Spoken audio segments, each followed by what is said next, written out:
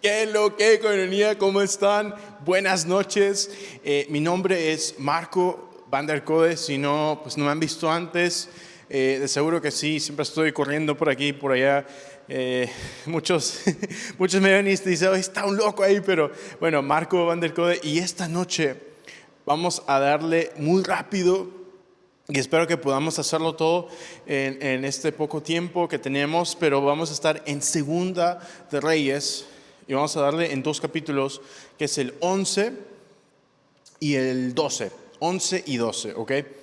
El título esta noche, viendo toda la historia, le puse el proyecto.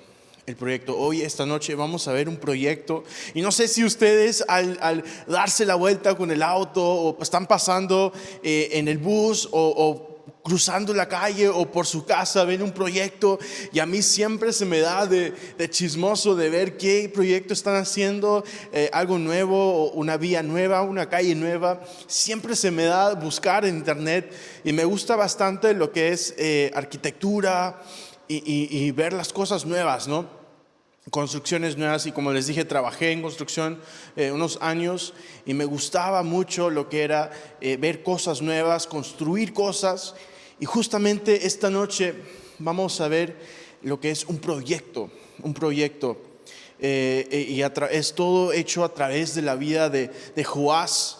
Y ustedes dirán, pues, ¿quién es Joás? Pues esta noche vamos a ver quién es Joás en la Biblia. Y bueno, la vez pasada estuvimos en capítulo 10 y vimos la vida de Jehú. Esta vez sí lo pronuncio bien. Sé que muchos de ustedes me dijeron, pues, está mal, ¿cómo lo estás pronunciando?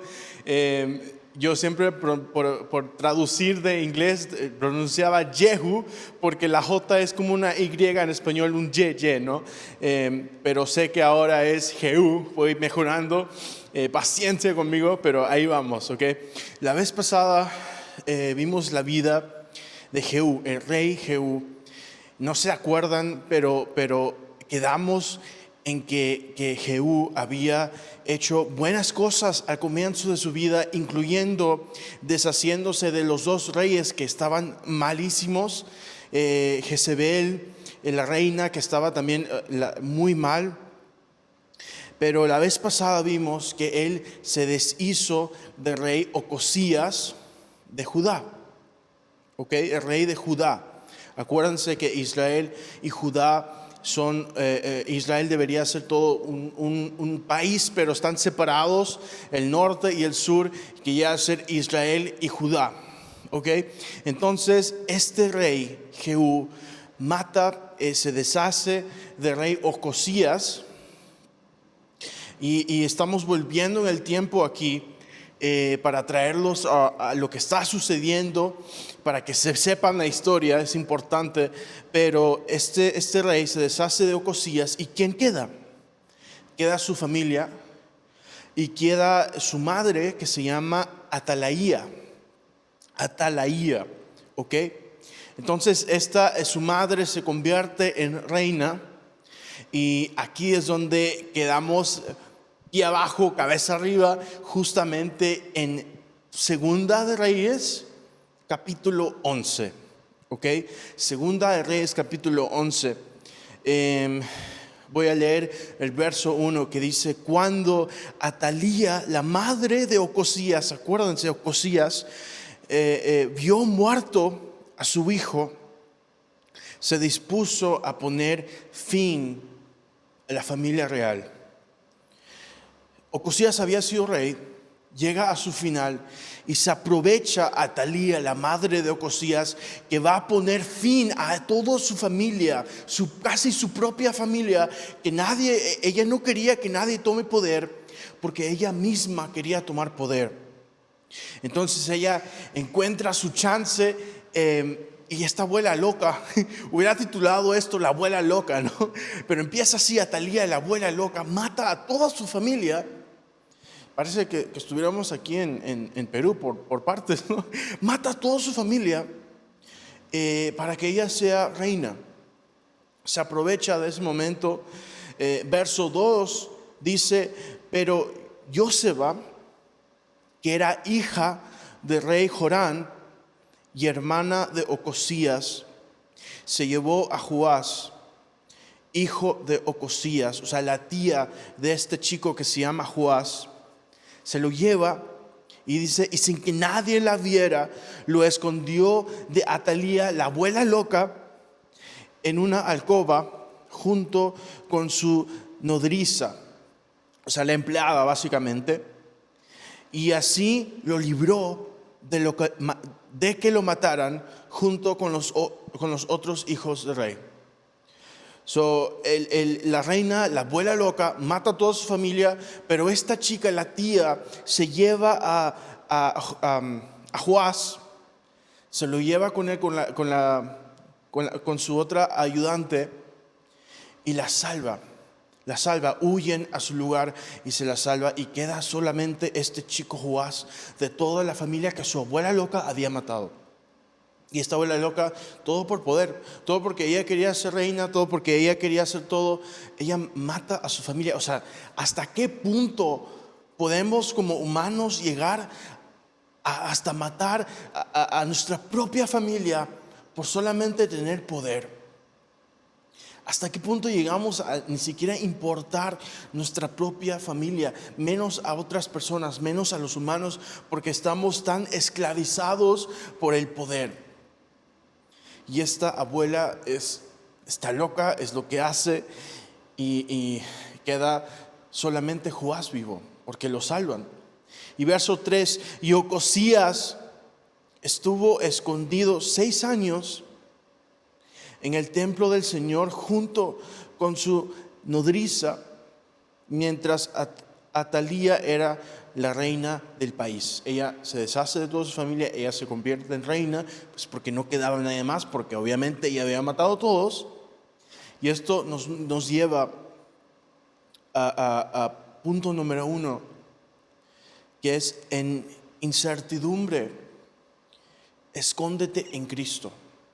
En incertidumbre, escóndete en Cristo. Joás no sabía cómo es que él iba a sobrevivir, pero acá sucede algo increíble, que es que lo lleva a Joás al templo del Señor y lo esconde. ¿En dónde? En la presencia del Señor. Lo esconde en el templo del Señor, donde habita Dios, donde habitan las alabanzas de su pueblo, donde estaba justamente escondido en ese templo.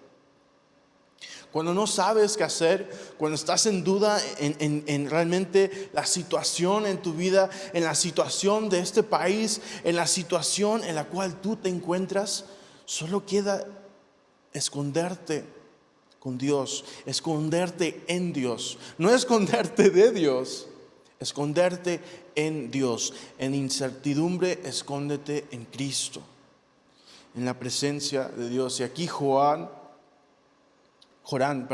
es lo que hace. Desde muy chico, de bebé, lo llevan y lo esconden en la presencia de Dios. Y esto me lleva, quiero que apunten esto, Colosenses capítulo 3, y voy a leer del 3 al 4, ¿ok? Colosenses capítulo 3, 3 al 4, apúntenlo por ahí en sus Biblias o aquí en sus notas. Dice: porque ustedes ya han muerto y su vida está escondida con Cristo en Dios.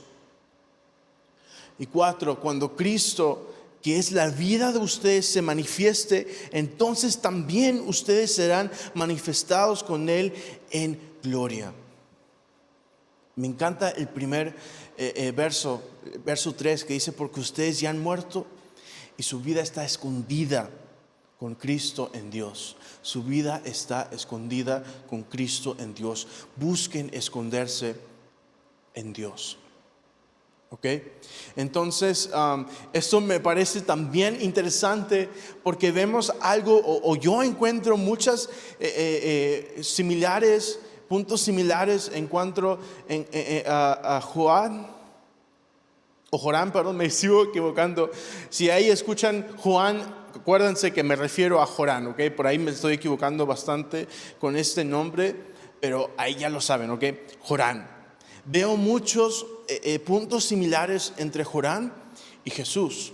Acuérdense que toda la Biblia es inspirada por el Espíritu Santo y todo momento y toda parte de la Biblia apunta ¿a dónde? A Cristo. Entonces nosotros fácilmente podemos ver a Cristo en cada parte de la Biblia y yo veo mucho de Cristo aquí. ¿Por qué? Porque Jorán desde muy chico es llevado de la maldad.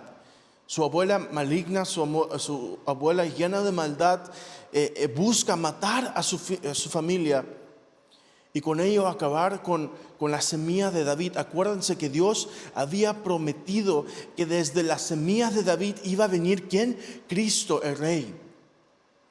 Y justo Jorán se lo llevan porque era el único chico que quedaba. Y era la única parte de la semilla de David. Y vemos que desde muy niño también Jesús en el vientre de María tuvo que huir a Egipto. ¿Por qué? Porque buscaban matar al rey que venía a Israel. ¿Y quién era Jesús? Era Cristo y buscaban matarlo. Y justamente a Jorán también lo buscan matar, pero se lo llevan a Jorán y ahora está vivo. Entonces huyen con Jorán, lo esconden en la presencia de Dios y vemos ese paralelo entre Cristo y Joás, ¿sí? Entonces, Segunda de Reyes, seguimos con capítulo 11, verso 4, dice: pero en el 7º año, Joiada convocó a los jefes de centenas y a los capitanes y a la gente de la guardia y los llevó al templo del Señor, donde bajó, juramente hizo alianza con ellos, y después de lo cual les mostró al hijo del rey. Entonces Joiada, ¿quién es Joiada? Es el sacerdote quien estaba cuidando de Joás en todo este momento. Entonces él reúne al ejército, bueno, no el ejército, pero a los guardias, a los jefes del templo de Dios, y les dice: prométeme, hazme esta promesa que no va a salir de aquí, hazme esta promesa, haz este encuentro conmigo, porque les voy a mostrar algo, o sea, quiero confiar en ustedes. Y les dice: aquí acaba el mal. Y seguimos con el verso 5, vamos a ver qué sucede con este grupo que se había reunido con el sacerdote, y le dice: ustedes van a hacer lo siguiente: en el día de reposo, una tercera parte de ustedes tendrá a su cargo la vigilancia del palacio del rey. Y el 6, otra tercera parte se apostará a la entrada de Shur, y a la otra tercera parte se apostará a la entrada del postigo de la guardia. Así cuidarán de que el palacio no sea alienado. Las 2 terceras partes de ustedes que están libres el día de reposo tendrán a su cargo la vigilancia del templo del Señor y del Rey. Estarán pendientes del Rey por todos los flancos, y cada uno de sus armas en la mano. Al que se acerque demasiado, mátenlo. Y ustedes deberán vigilar cada paso del rey. Y los jefes de centenas se reunieron con el sacerdote Joiada e hicieron todo lo que el sacerdote Joiada les ordenó. Cada uno de ellos reunió a su gente, es decir, tanto a los que estaban en servicio en el día de reposo como a los que estaban libres en el día de reposo. Entonces el sacerdote reúne a los guardias y les da la tarea de estar en el templo de Dios. Cuando no estén en otro lado, estén en el templo de Dios cuidando al rey con todo lo que ellos tenían, con cada arma que ellos tenían, cuidar al rey, vigilar todos los pasos de él. Verso 10, el sacerdote entregó a los jefes de centenas las lanzas y los escudos que habían sido el rey de David y que estaban en el templo del Señor. Los de la guardia se formaron desde el lado derecho hasta el lado izquierdo del templo, y junto al altar y el templo y en derredor del rey, cada uno tenía en sus manos sus armas. ¿Y de dónde venían esas armas? venían del templo de Dios, porque David anteriormente había, con todas las armas que él había usado, batallando contra los filisteos, batallando contra las personas que Dios mandaba, era como sus reliquias, él lo puso en el templo de Dios, y hasta este momento Dios usa a David, usa la defensa de David, usa la promesa que desde David iba a venir la semilla de Dios. Y en Joab vemos que justamente usa a David, usa lo que él usó para que ellos cuidasen de Joás.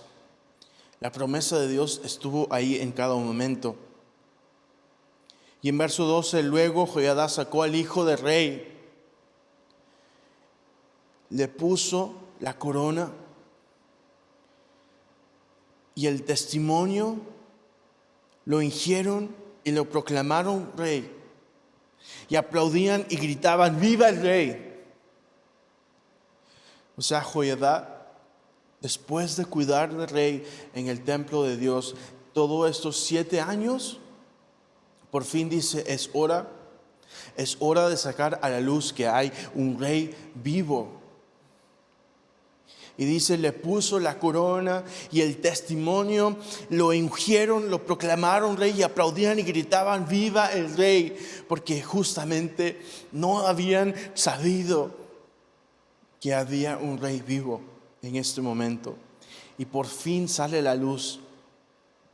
Y me encuentro tan interesado con esto, porque vemos tantas figuras de Cristo en esto. El primer punto que vemos que tiene que ver con Cristo, el primer paralelo, es que este rey fue revelado. En el verso 12 anotan, fue revelado. O sea, el Hijo, el Rey que estaba escondido en el templo de Dios, fue revelado ante todos ellos. Justamente es como Cristo es revelado ante nosotros. Cristo es revelado ante nosotros, lo conocemos, lo vemos. Y el segundo paralelo es que este Rey fue coronado. Cristo fue coronado. Y es dándote cuenta que Cristo, tú eres Dios. Te coronamos como Dios, tú eres Dios. Y el paralelo número 3 es que dio su testimonio. Cada rey que es anunciado como rey, parte del proceso de que él sea rey es que tiene que copiar todas las leyes de Moisés, de Génesis hasta Deuteronomio.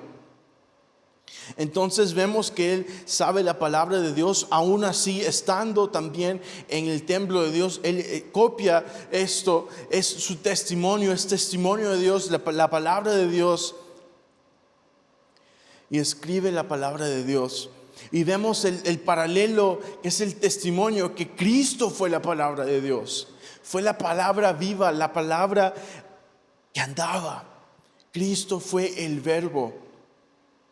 El cuarto paralelo en este versículo es que lo ungieron. Cristo está reinando, Él es rey. Al igual que este chico, desde su comienzo de su vida, era el único que quedaba, era la única opción. Y aunque estaba su abuela loca, la reina, reinando, este sacerdote y el templo de Dios y todos los que habitaban dentro de este templo de Dios sabía que este chico que quedó era el rey. Aunque no estaba reinando porque estaba la abuela, él era el rey. Y ahora sí, en este verso, todo el pueblo lo unge. Cristo reina, pero está reinando en tu vida. Porque Cristo no deja de reinar, aunque tú no lo aceptes. Cristo igual está reinando. Te toca a ti ungirlo como rey en tu vida. Lo aceptas como rey en tu vida. Sabes que Él es Cristo, sabes que Él es rey. Él está reinando. Y vemos que desde un comienzo lo intentaron eliminar a este chico, a este rey, al igual que intentaron eliminar a Jesús. Tantas veces en su vida, y desde muy niño intentaron eliminarlo, pero Cristo aún es rey. Me encanta esos paralelos que veo en este rey. Y me encanta ver Cristo en la Biblia.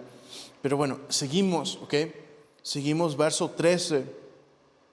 Cuando Atalía oyó el bullicio de la gente que corría, entró al templo del Señor. Y esto es muy interesante porque acuérdense que este rey había estado escondido en el templo de Dios, y ella por primera vez es como que está entrando al templo de Dios por primera vez porque hay bulla. ¿Qué está sucediendo? ¿Qué pasa?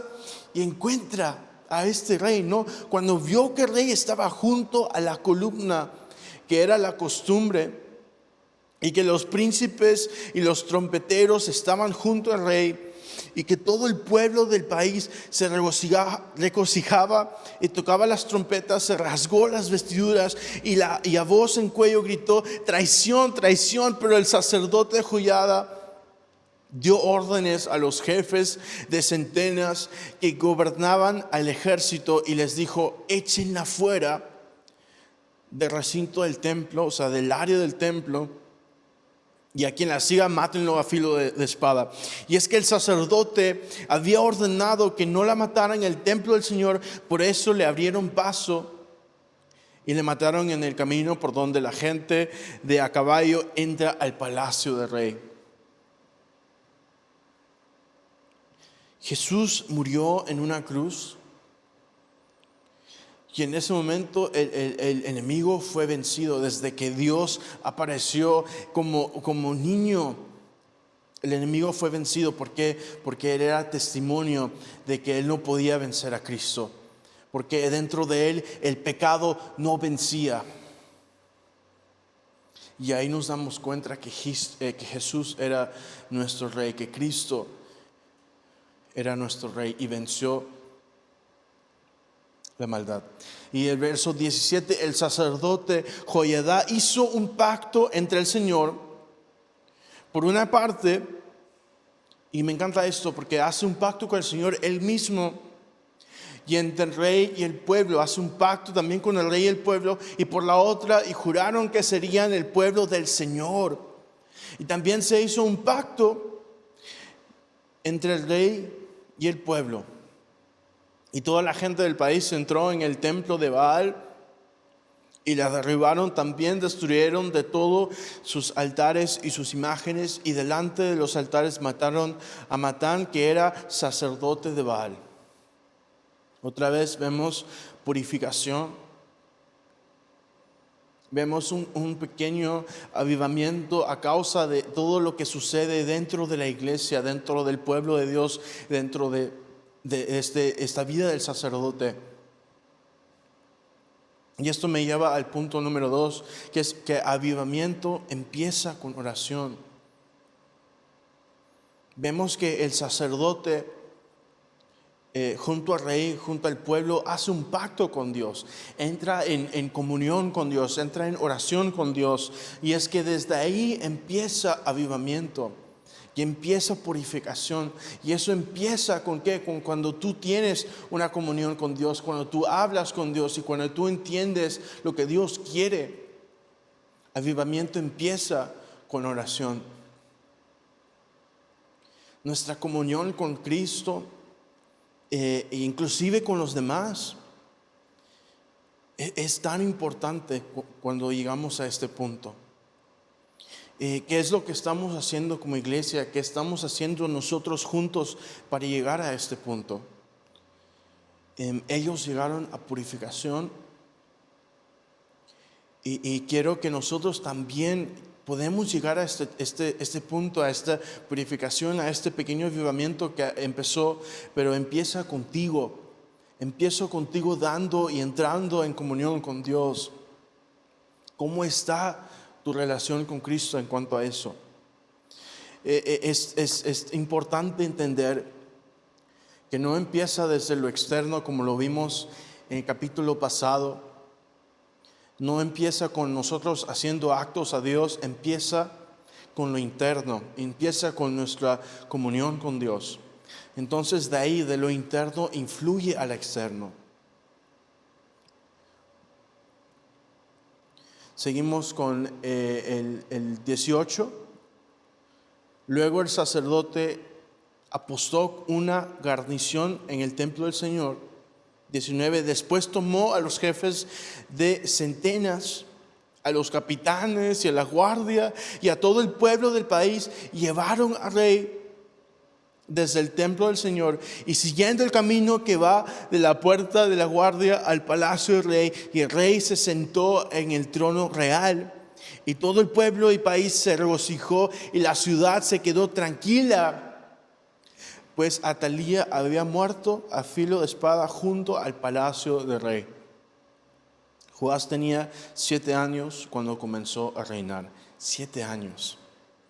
Simplemente 7 años y ya estaba reinando. Se sienta en el palacio por fin. Y es que todo empieza con Joás siendo llevado al templo de Dios y siendo escondido con Dios en el templo. Y cuando nosotros nos escondemos en Dios, buscamos de Dios, es ahí cuando Dios revela sus planes a nosotros. Cuando nosotros pasamos tiempo con Él, cuando hacemos un compromiso con Dios, ahí es cuando entramos en revelación de Dios. Cuando Dios quiere revelarnos cosas, quiere que nosotros hagamos ciertas cosas, pero es con un comienzo entre nosotros estando escondido en Dios, estando en comunión con Dios. Y ahora sí entramos a capítulo 12, seguimos con la historia que es de Joás. Joás comenzó a reinar en el 7º año de Jehú. ¿Se acuerdan de Jehú? En el 7º año de Jehú empieza a reinar Joás con 7 años. Y reinó en Jerusalén y 40 años. Y su madre se llamaba Sibia y era de Berseba. Verso 2. Todo el tiempo que el sacerdote Joiada dirigió a Joás, hizo lo recto a los ojos del Señor. Me encanta eso. Todo el tiempo que el sacerdote Joiada, ya noten esto, todo el tiempo que el sacerdote dirigió a Joás, hizo lo recto en los ojos del Señor. Esto me lleva a punto número 3. Y va a parecer un poco chistoso por el título que le he puesto, pero he puesto, ¿quién es tu joya? O sea, ¿quién es tu Joiada, no? Porque acuérdense que el nombre de este sacerdote que lo estaba ayudando, que le estaba dirigiendo a los caminos de Dios, se llamaba Joiada. Por eso lo titulo, punto número 3, ¿quién es tu joya? ¿Quién es tu Joiada? En otras palabras, ¿quién estás discipulando? ¿O a quién estás buscando para ser discipulado? ¿A quién estás buscando que te lleve a los pies de Cristo? ¿Tienes tú a un Joás en tu vida? ¿O tienes tú a un Joiada? Porque debería funcionar las dos veces, porque tú recibes y deberías dar también. No es simplemente recibir, que yo tengo tantos problemas y necesito ser discipulado, necesito estar en discipulado porque estoy mal. ¿Sabes qué? La mejor opción cuando tú estás mal emocionalmente, obviamente estar en discipulado, buscar de que otra persona te ayude a entrar a los pies de Dios y que te dirija a los pies de Dios. Pero ¿sabes cuál es la mejor opción para ti? Es discipular a alguien. Llevar a esa persona a los pies de Dios. ¿Sabes por qué? Porque te olvidas de tus problemas y te acuerdas que hay otras personas en este mundo que también necesitan ser ayudadas, que también necesitan ser discipuladas, y eso nos ayuda a nosotros a apuntarlos a ellos a Cristo, sí, pero nos ayuda a nosotros a apuntar a nosotros mismos a Cristo. Y es por esto que este vínculo entre el sacerdote Joiada y el rey Joás era tan importante. Desde muy chico él ya estaba siendo discipulado. Y aquí dice, en todo el tiempo que Joiada estuvo presente y estuvo empujándolo a Joás a los pies de Cristo, hizo muy bien. hizo muy bien. Es por eso que te pregunto, ¿no? ¿Quién es tu joya? ¿Quién es tu joya? Seguimos con verso 3. Sin embargo, los altares en los montes no se quitaron, porque el pueblo aún sacrificaba y quemaba incienso ahí. Verso 4. Un día, Joás dijo a los sacerdotes, y esto es después de Joiada el sacerdote, les dice a los sacerdotes ahí: todo el dinero consagrado que el pueblo suele traer al templo del Señor y el dinero de rescate de cada persona según está estipulado, y el dinero que cada uno trae voluntariamente al templo del Señor. 5. Lo deben recibir los sacerdotes y cada uno de mano de sus familiares para reparar los portillos del templo y todas las grietas que se hallen. Joás, desde muy pequeño, desde el comienzo de su vida, ¿dónde había estado? ¿Dónde había escondido? Había estado escondido en el templo de Dios, había estado escondido en Dios, había estado escondido en la presencia de Dios. Y eso nos lleva a punto número 4. Conoce tu casa. Punto número 4, conoce tu casa. Joás conocía su casa, conocía que su casa era el templo de Dios. Y le importaba que su templo se veía bien. Le importaba que donde el lugar que ellos iban a adorar a Dios se veía bien. Hay que arreglarlo, hay que hacerlo. Y hay problemas. Y es que él conocía que había problemas. ¿Por qué? Porque él había estado pasando tiempo en el templo de Dios. Había estado pasando tiempo en la presencia de Dios. Y Dios le guía a arreglar ciertas cosas en este templo que necesitan ser arregladas. Y Joás le pide a estos sacerdotes: mira, esto en la esquina, el muro aquí está mal, hay que arreglarlo, tenemos que arreglarlo. Y les dice: el dinero que ustedes están recibiendo, por favor, úsenlo para arreglar el templo. Está genial donde está yendo el dinero, porque están usándolo para ciertos detalles que se necesitan, genial. Pero ahora le toca a él, le dice: mira, hay ciertos muros que necesitan ser reparados. Y es tan importante este punto: conoce tu casa. ¿Dónde estás? ¿Dónde consideras que es tu casa? Si no estás en tu casa, y espero que tu respuesta sea que esto es tu casa, porque es casa de nosotros, es casa de Dios.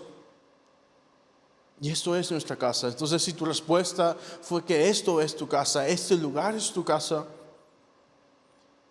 si no pasas tiempo aquí, no vas a saber que está mal. Si no pasas tiempo en la presencia de Dios, Dios no te puede guiar a ver qué está mal en tu vida. Y Joás lo sabía. ¿Por qué? Porque él estaba presente. Pasa tiempo en tu iglesia. Discipula. Busca de Dios. Y no solamente estoy hablando espiritualmente, también físicamente. Esto es nuestra casa.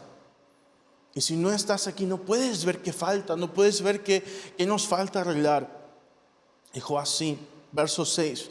Pero llegó el año 23 del reinado de Joás, y los sacerdotes aún no habían reparado las grietas del templo. 7. Entonces el rey Joás llamó al sumo sacerdote Joiada y a los sacerdotes y les dijo: ¿por qué no han reparado las grietas del templo? De ahora en adelante no van a recibir más dinero de sus familiares, sino que lo darán para reparar las grietas del templo. Y los sacerdotes aceptaron no tomar más el dinero del pueblo, ni tener el cargo de reparar las grietas del templo. Obviamente, pues porque no lo estaban haciendo, ¿no? Estaban usando este dinero. No se lo estaban robando, sino que lo estaban utilizando en otros lugares. Pero el corazón de ese rey era reparar ciertas cosas. Ellos quizás no veían eso. Entonces los sacerdotes aceptan no tomar este dinero y usarlo más bien para la reparación, para algo que hacía falta en ese momento. Verso 9. Entonces el sumo sacerdote Joiada tomó un cofre, le hizo un agujero en la tapa y lo puso junto al altar a la derecha de la entrada del templo del Señor, y los sacerdotes que custodiaban la puerta ponían ahí todo el dinero que se traía al templo. 10. Cuando veían que ya había mucho dinero en el cofre, venían el secretario del rey y el sumo sacerdote y contaban el dinero que hallaban en el templo del Señor y lo guardaban. Por eso hoy día he puesto una cajita aquí abajo y ustedes van a venir con las ofrendas. No es eso. Pero me encanta el corazón de Joiada, porque toma un cofre, toma una pequeña caja y ¿dónde lo pone? Lo pone al costado del altar. En ese altar, ¿qué se hacía? Se hacían sacrificios. Y él entendía en su corazón y en su mente que el dar a Dios y el dar específicamente para construir el templo de Dios, la iglesia, para ayudar, era también un sacrificio justamente donde estaba el altar. Entonces estas personas, este pueblo de Dios entendía ahora que el dar era un sacrificio. Era un sacrificio que se daba. ¿Para qué? Para construir otra vez este templo de Dios. Y es tan importante para nosotros entender que es un sacrificio, sí, pero también es un sistema de alabanza. Todo lo que hacemos en nuestra vida debería ser, ¿qué? Alabanza a Dios. Alabanza a Dios. Entonces el dar, y en este capítulo, para algo específico que es para arreglar el templo de Dios, para construir el templo de Dios, era también una alabanza, un acto de alabanza de ellos, porque estaba al costado del altar y ellos entendían eso. ¿Y por qué? Se llenaba, la gente entendía que era un sacrificio, que era algo que ellos daban con bien. Y el verso 11: a los que hacían la obra les daban el dinero suficiente, y a los que tenían a su cargo la reparación del templo del Señor les daban para pagar a los carpinteros y a los maestros, a los albañiles y los canteros, y para comprar la madera y la piedra de cantería para reparar las grietas del templo del Señor, y para todo lo que se gastaba para reparar el templo. Verso 13: del dinero que se traía al templo, el Señor no se hacía tazas de plata, ni despabiladeras, ni jofainas, ni trompetas, ni se hacía para el templo del Señor ningún otro utensilio de oro o de plata, porque lo daban a los que trabajaban en las obras de reparación del templo del Señor. Y no se les pedían cuentas a los que recibían dinero para entregarlo a los que hacían la obra. ¿Por qué? Porque todo lo hacían con gran honradez. Todas esas personas trabajando juntos para construir el templo de Dios. Y ni siquiera había necesidad de hacer cuentas. Y no estoy diciendo que ahorita no hagamos cuentas porque pues Dios lo va a cuidar. No, se tiene que hacer cuentas. Pero en ese tiempo eran tan honradas las familias que construían, eran tan honradas los albañiles y los carpinteros, porque también lo hacían como acto de alabanza a Dios. Entonces lo que ellos recibían era justo, y ellos decían, ya está. No había que robar, no había que manejar mal. Lo hacían con gran honradez. Y qué lección para nosotros. Como les dije antes, cada cosa que nosotros hacemos, sea en la iglesia o fuera de la iglesia, hay que hacerlo con honra. ¿Por qué? Porque es para Dios. En tu trabajo, ¿estás haciendo las cosas en honra? ¿Por qué? Porque es para Dios. ¿O es simplemente un trabajo que te da tu dinero y ya? Hazlo bien, porque como cristianos cada cosa deberíamos hacerlo bien para alabanza a Dios. Y es tan bello ver aquí que ahora la iglesia entendía que era un sacrificio a Dios, era un acto de alabanza, y veían que pues la iglesia tenía que ser construida, y ellos hacían eso, daban su dinero, daban su acto de alabanza para construir otra vez esa iglesia. ¿Cómo estás manejando tu vida? ¿Cómo estás manejando tu dinero? En esa área de tu vida es un acto de alabanza. ¿Eres honrado con tu dinero? Verso 16, solo el dinero por el pecado y el dinero por la culpa no se llevaba al templo del Señor porque era de los sacerdotes. O sea, los sacerdotes estaban recibiendo de su parte, pero el resto habían quedado en qué? Para este proyecto.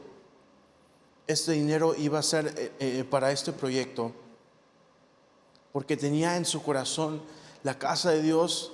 El templo de Dios tiene que estar bien. Está genial los pequeños detalles y todo eso, pero ahora está el proyecto. ¿Cuáles son nuestros proyectos como iglesia? Y les quiero recordar, porque a veces no lo sabemos o no lo mencionamos porque no queremos pedir plata, pero lo veo muy usual en este momento mencionar cuáles son los proyectos de nuestra iglesia. Por primero, obviamente, tenemos misioneros. Estamos apoyando a misioneros allá afuera.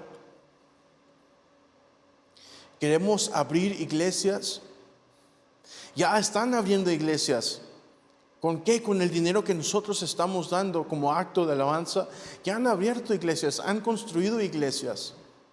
Y es tan hermoso ver las fotos de que están abiertos esas iglesias y están llenas las iglesias.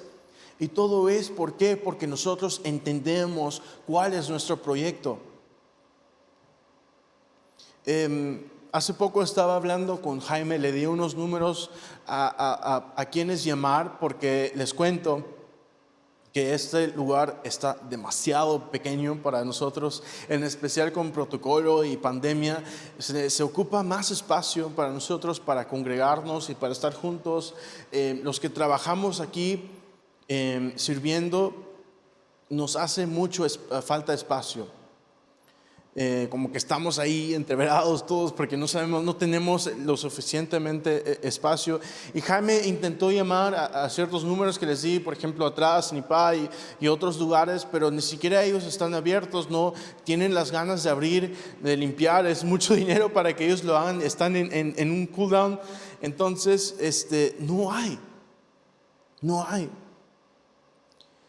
Y como iglesia queremos orar ahora para hacer algo con este lugar. Queremos invertir, queremos hacer algo con este lugar. Nos hace falta más espacio y hasta ahora no hay otra opción en la cual podemos reunirnos en otro lugar, porque no hay. Entonces nos queda este lugar. Y no es que estoy haciendo un anuncio o algo así, pero ya nos hace falta. Entonces quiero abrir este proyecto ante ustedes, y es que nos hace falta un lugar más grande y quizá podemos hacer algo con este lugar, pero ¿qué falta? Falta dinero, falta eso. Y me encanta el corazón aquí de este rey que vio la necesidad y ante el pueblo les dijo: mira, nos hace falta esto. Entonces el título pues de esta prédica es justamente eso, el proyecto.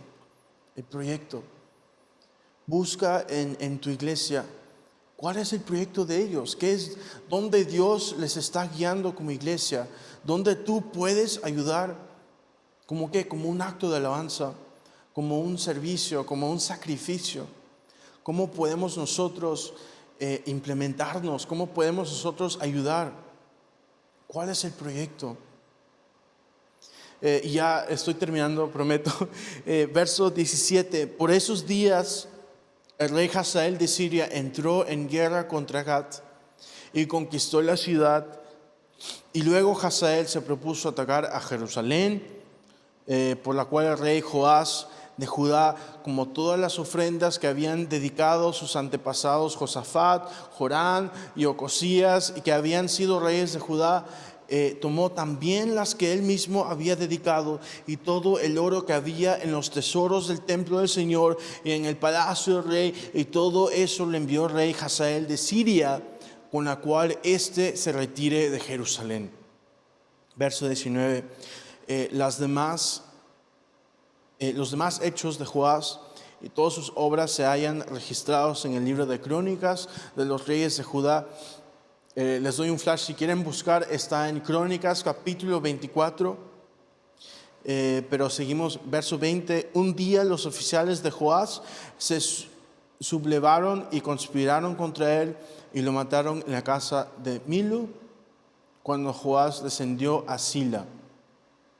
Lo hirieron sus oficiales, Joascar, hijo de Simiat, y Josabad, hijo de Somer, y así murió. Los sepultaron con sus antepasados en la ciudad de David, y en su lugar reinó su hijo Amasías. Entonces es un poco triste al final de esto, porque vemos que el rey empieza muy bien. El rey Joás empieza bien,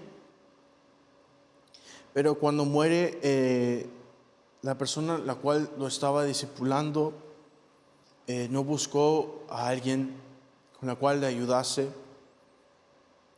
Murió Joiada y se quedó sin una persona que lo ayude, sin que lo discipule. Y es ahí entonces que él hizo malas decisiones. Vino un rey de Siria, lo quiso atacarlo, y él, todo el oro, todo lo que ellos habían ahorrado como reino, se lo da y le dice: mira, te soborno y te vas. Y se había olvidado. Es que cuando tú te olvidas de lo importante que es Dios en tu vida, todo esto que tú ahorraste con Dios, todo lo que tú diste a Dios, se vuelve casi nada. Entonces no era importante para él esta comunión con Dios, y lo deja así muy fácil. Y el tercer punto que mencioné, que es que quién es tu joya, se hace eventual aquí. ¿Por qué?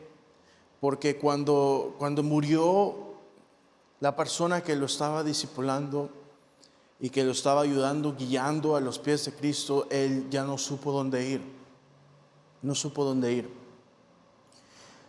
Como personas que discipulamos, como personas que ayudamos a otros, y si no estás ayudando a otra persona en la iglesia, te animo que por favor lo hagas.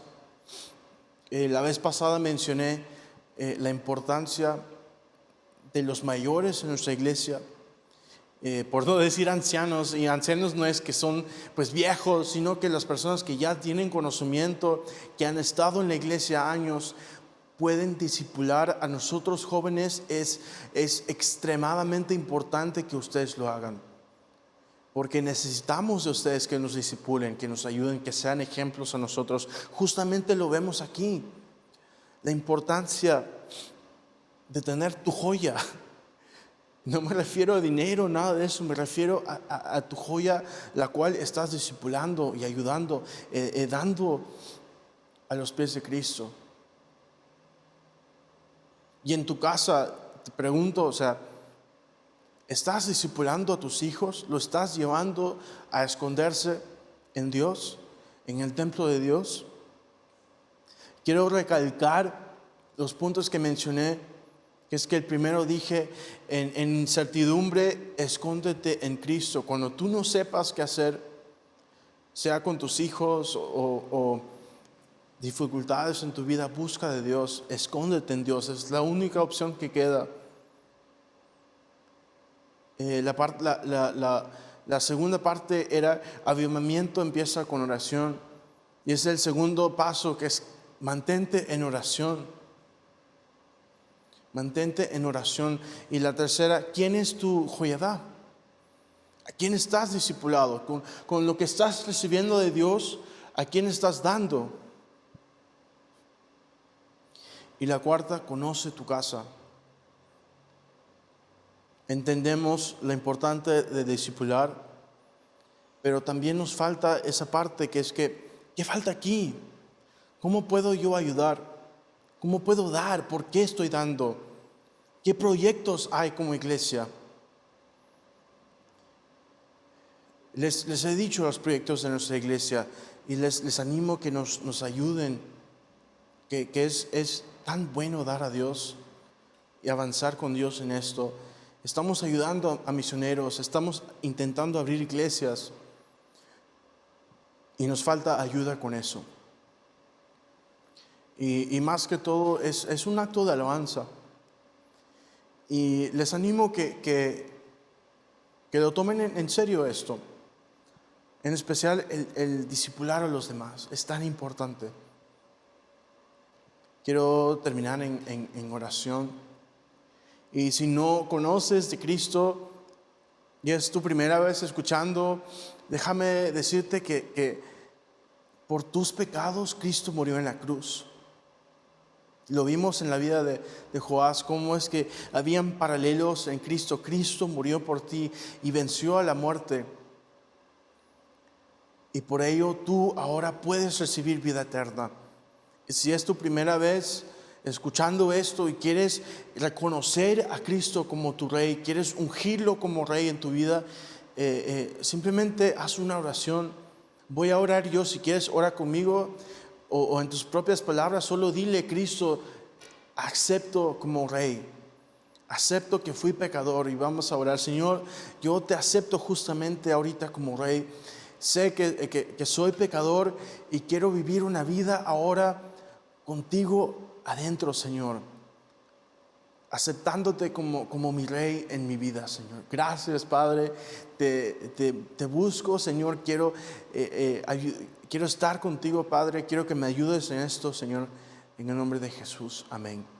Les animo a discipular, les animo a buscar su joya, les animo a conocer su casa. Los quiero mucho. Nos vemos la próxima semana.